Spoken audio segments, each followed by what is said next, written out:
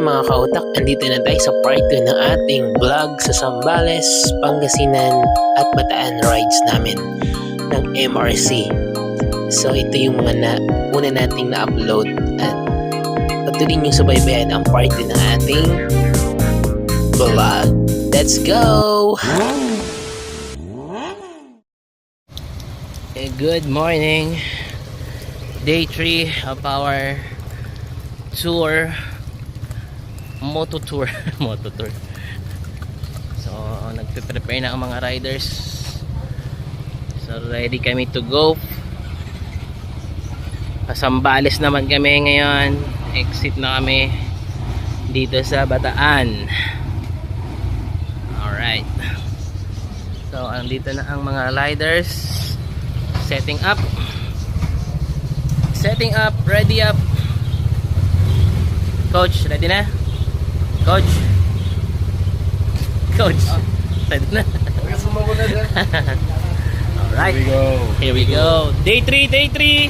Kaway. Day 3. Morning.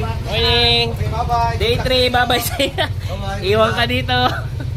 Day 3 guys, kaway. Let's go. Sasalubungin namin ang masayang ulan.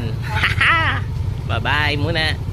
Mary, maraming salamat po sa mga biyayang pinagkaloob niyo sa amin. Sa biyaya po ng buhay, biyaya ng pamilya, biyaya ng pamilyang MRC. Muli po humihiling po kami ng inyong gabay at matubay sa aming paglalakbay papunta sa aming destinasyon ngayong araw at sa mga susunod pang araw. At dito nga ay nag-start na ang aming paglalakbay. Papunta naman kaming Mount Samat. Dito rin yung sa Bataan, bali ika-second day ng loop namin dito, pero diretso din kami ng Zambales today. So medyo maulan tong biyahe namin, kaya dito pa lang pag-alis pa namin pumapatak na yung ulan. So syempre we're hoping na maging safe pa rin ang lahat sa amin hanggang makarating kami sa una naming pupuntahan. So samahan nyo kami guys, tara! Dito ay minabuti na namin magpagas para kahit papaano hindi kami mabitin sa aming travel. Kaya nagpagas na kami dito sa petrol. Tapos ikaw, tapos iyan, tapos ikaw dyan.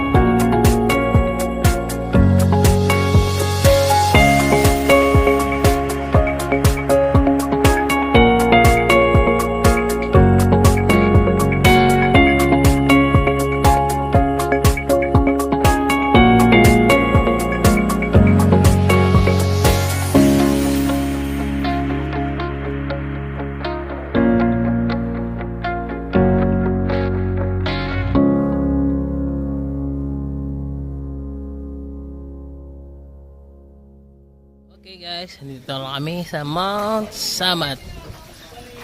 Tingnan nyo guys yung napakalaking cross. Yun nga lang, hindi daw siya pwedeng akitin ngayon kasi under construction ata yung baba. So let's see mamaya kung ano yung mapapakita ko sa inyo dito. So dito yung pasalubong area. Parang ito museum ata ito. Ano to? Museum? Nila? Ano? Pangalawa po yan sa pinakamataas na cross sa buong mundo. Wow! May ano pa po yung history dyan? Mamaya po, papalaman. Ayun, meron pala. Ito yung number 1 na pinapulutan. Okay, good morning po. Hello. At dito nga ay pumasok na kami sa orientation room na bago pala pumunta dun sa taas, kailangan munang i-orient yung lahat ng mga guests na pumupunta dito. So pakinggan natin yung mga sasabihin nila.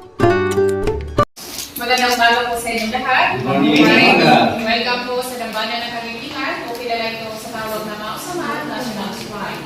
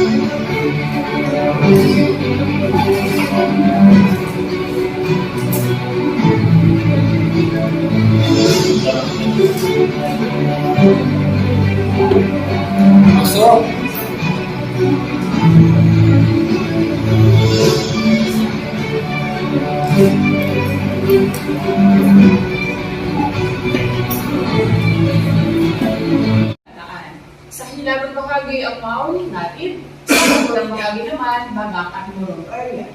Next station naman ay ang cross. Konting kaalaman lamang po, batid po ba nila na ang cross ay halos kasing taas ng Statue of Liberty. 92 meters ang taas, dahil 92 days kung nakipaglaban dito ang mga sundalong Amerikano at Pilipino noong World War II. Nakaalay po ito sa monumento ni Dr. sa Rizal sa Lolita Park, facing Mount Samar. Pangalawa po ito sa pinakamataas na cross sa buong mundo. Ayan po, before, kung ilan pero makarating pa po kayo hanggang sa arms, tanaw niyo po ang Manila Bay at ang West Philippine Sea. Kaya na po sa ngayon, di na po kayo anaw tumaas sa mismong cross area. May harap na po dito. Nag-umpisa na po ang retrofitting ng cross para maakatan po yan ulit. Kaya na, 2 years pa po yan. Nag-start na po noong March 1. So after yun po sa Battle of the Buckets, bababa ulit dito sa Grandstand, kakanan mapunta sa Colonel. Ang museum na redesign, sarado din po ito sa ngayon, pero may madaan ang pasyudan paano sa inyong paglalakad. Last station po ang view deck kung saan naka-display ang 155 paano na ginamit ito noong World War II. At dito ay tatatakan ka para patunay na ikaw ay dumaan sa orientation nila. Salamat po. So, pasado po kami. So let's go guys. Okay, nandito na ang mga tropang Morion. Hi, shoutout sa pamilya ko dyan sa Pilipinas. Dito na kami sa, sa New York. New York. Nandito na ang mga Moriones Riders Club. Aakyat na kami ng Mount Samat. Ito na yung ditch the way. Nakalahati mo lang. Napangahit.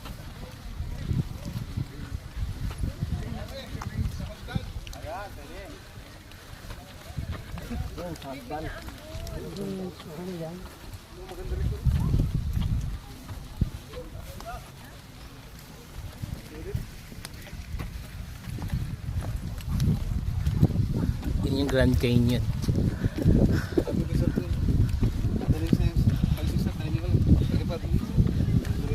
Dito sa kanya Oo, picture tayo.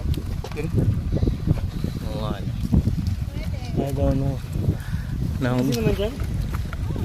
Sino ba? Sa baba? Baka picture ko sila. 2 years pa lang i-construct yan. Tagal eh.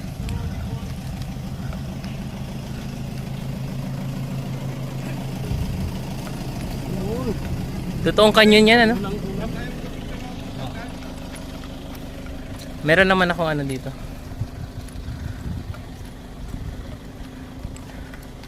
That's the Grand Canyon. Isa sa mga ginamit ng giyera.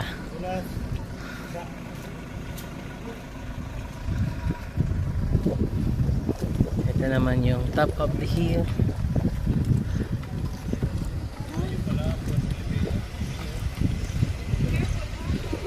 May nawawala po ang bata, oh. Hindi niya alam kung Naliligaw nasa. sa bataan. Pili mo na ako dyan.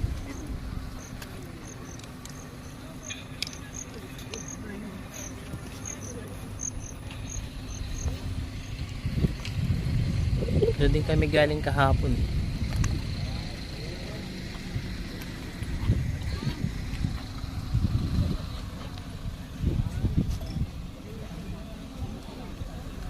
Okay na? So, yan yung mapakita ko ngayon so far. Akit pa kami doon.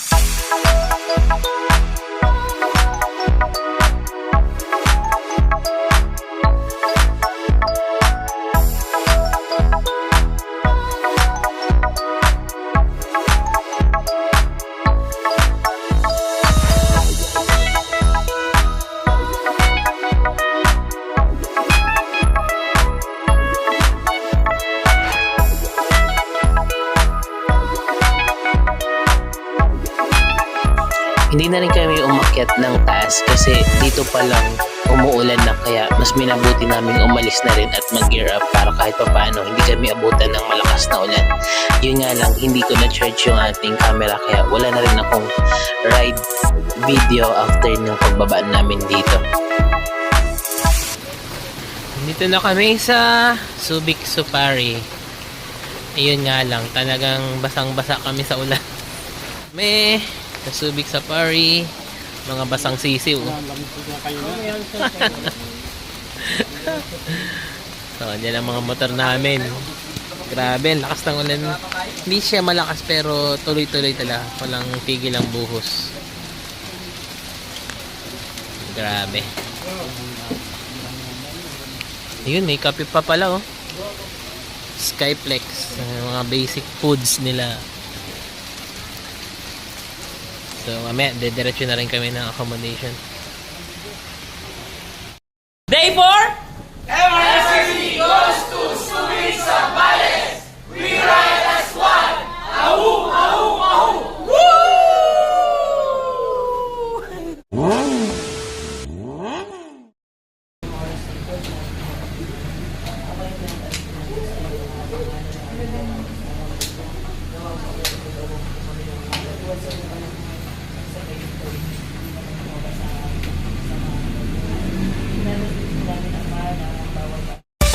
So this time papunta na kaming Pangasinan at exit na kami dito sa Zambales. Supposed to be papunta sana kaming Mapa 9 doon sa magandang lugar na parang New Zealand. Kaya lang nung umuulan pala na yun ay no, signal number 1 na ang bagyo na yun. Kaya mas minabuti namin huwag na lang tumuloy at dumiretso na ng Pangasinan kasi delikado palang pumunta doon kapag umulan ng malakas.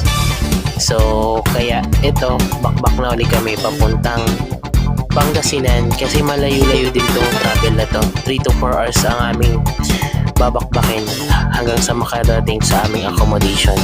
Kaya tara, samahan niyo pa rin kami.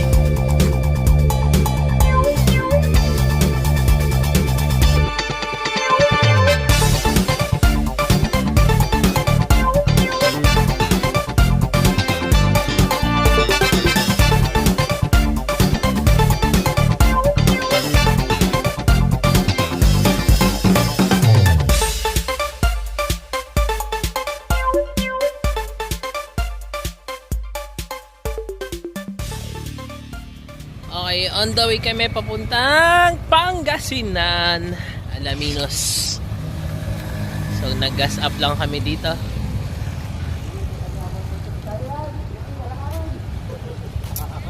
Ang magigiting na ano yun ay? Ano nga yung driver ng kabayo? Ha? Hinete ng mga motor na bakal. Kabayong bakal. Let's go. Thank you, Petron, sponsor. So, presyo pa rin kape pala dito. Medyo inabutan na rin kami ng gabi. Around 6 PM na ata itong pagdating namin sa Pangasinan. Kaya ayun, medyo kailangan na namin talaga magpahinga dahil alam kong pagod na tong mga to. At ganun din ako. So sana maging magandang aming accommodation ngayong gabi. Let's go! Cut na natin dito guys para makapahinga na rin kami. Day 5 now! MRC goes to Hagay Island! We rise as one! Ahu! Ahu! Ahu!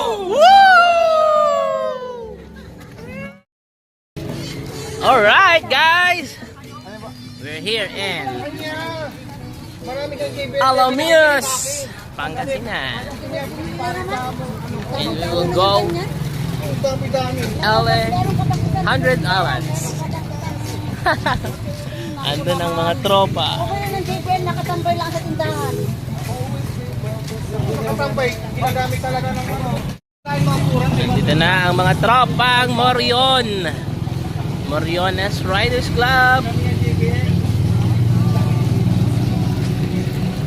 At ang mga magsusugal ng taon. They are here.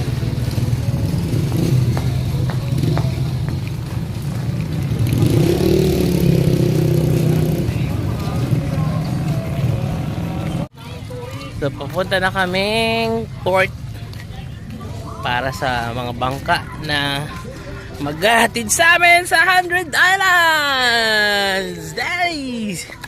Day 5 of our tour, moto tour. Ito yung kanilang parking area. Ito na ang mga tropa.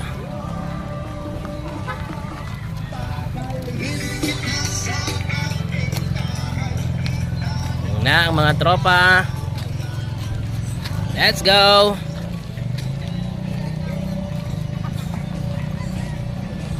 Ang gwapo. Let's go, guys. Attendance check. Okay. Okay, attendance check para pag may nawala, alam natin sino hahanapin. Mahal pa rin kita. Yeah! May mga pag pa, oh. Let's go! Oy, bay, may madidiscover mamaya, oh. Let's go! Attendance check! Para alam natin kung sino ang mawawa pag may nawala. Alright. Hi, baby! Up, yeah. Meron na? Okay. Let's go, God. Alright. Yun, oh. May huli ka bang ano? Yala daw. 100 Island. Let's go. And we are MRC. We are one on the road. Let's go.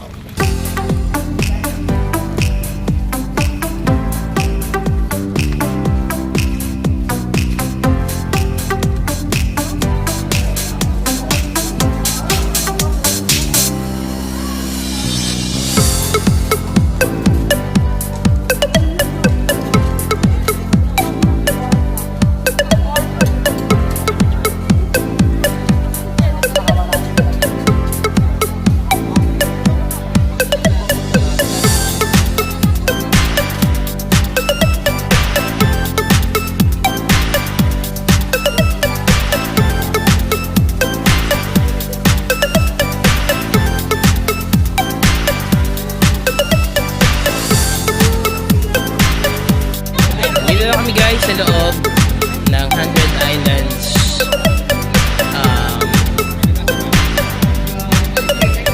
customer service.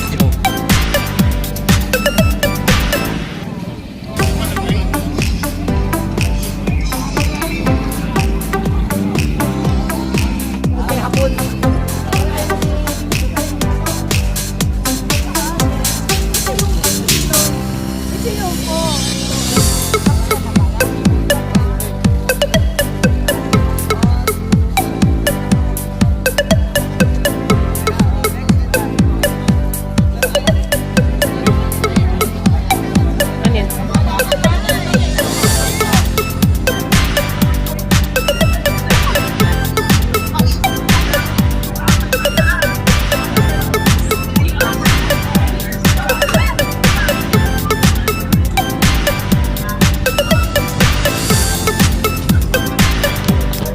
Pasampa na kami ng bangka with my partner. Yun, no? And the other group ay nandoon sa kabilang bangka. So dito kami sa L156, ready na to ride papuntang island. Bibitinin ko muna kayo guys, kaya dito ko muna ikakat ang ating vlog. Abangan ang part 3, mga katutak. Thank you for watching.